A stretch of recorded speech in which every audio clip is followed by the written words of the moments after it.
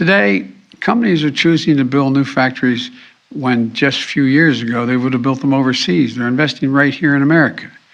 On this very stage, we were standing before Intel. The chairman of the board of Intel was here.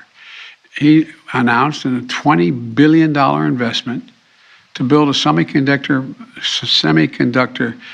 mega site outside Columbus, Ohio, creating 10,000 new good-paying jobs.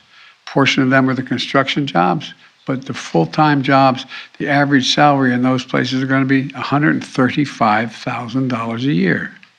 Breaking news, everybody. A surprise $1,000 stimulus check will be hitting our bank accounts very soon if Nancy Pelosi, Chuck Schumer, and President Biden get this bill passed in time. So according to CNN, Nancy Pelosi has suggested that Americans are uninformed about President Biden's agenda and what he has work to do in the House. So friends, according to CNN, Nancy Pelosi has suggested that Americans are uninformed about President Biden's agenda and what he has done in the White House. Nancy Pelosi also said that those who call the United States home are blessed to have Joe Biden as president. Do you believe with this statement from Nancy Pelosi, folks? Tell me in the comments. And when asked for reasoning behind Biden's decline in polling on certain issues like the crisis and inflation, Pelosi told MSNBC that she believes the president's work is misunderstood. And I know many of you are worried about how the Biden administration will take action on rising inflation in the next fourth stimulus package. So noting that people are still suffering in America, Pelosi said the issues that relate to the well-being of the American people are being well served under President Biden. Nancy Pelosi actually said there's no one more empathetic than President Biden. Do you believe Nancy Pelosi, folks? Tell me in the comments. It's important to know, everybody, that Treasury Secretary Janet Yellen told reporters that the president's $1.9 trillion crisis relief bill contributed a little bit to inflation. The crisis-induced supply chain constraints were the bigger culprit. And now here's some good news for many of you. More than 175,000 teachers are set to get a major cash boost this year due to both a pay rise and $1,000 bonuses. In the state of Florida, the governor Ron DeSantis is providing $1,000 payments to teachers for the second year in a row, as well as an increased teacher salary from $40,000 to $47,500. Florida's Governor DeSantis recently announced his plan for this year's education budget. He proposed increasing funding for educators and students K-12, as well as investments in new education initiatives.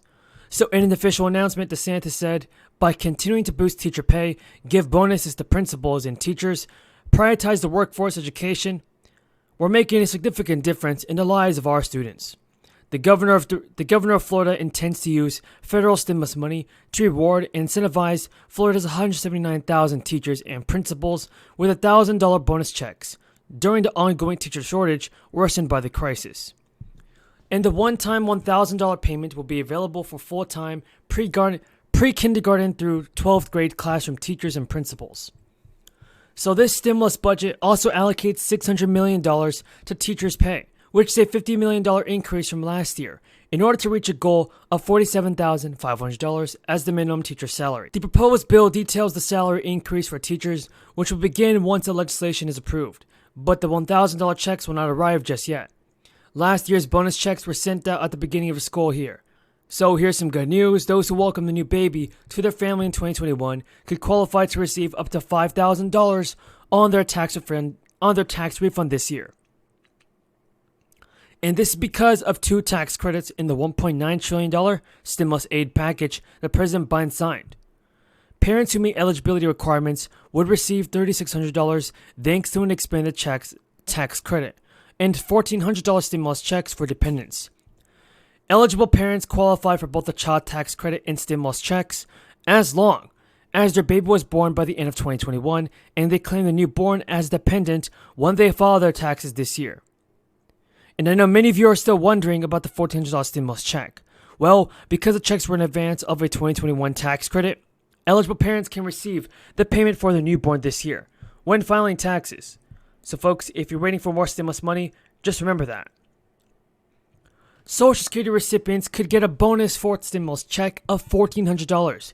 Here's the breaking news that I have on this statement. Amounts vary by state, but for example, New York offers an extra $87 check, and SSI recipients include adults and children with a disability who have income resources below specific financial limits.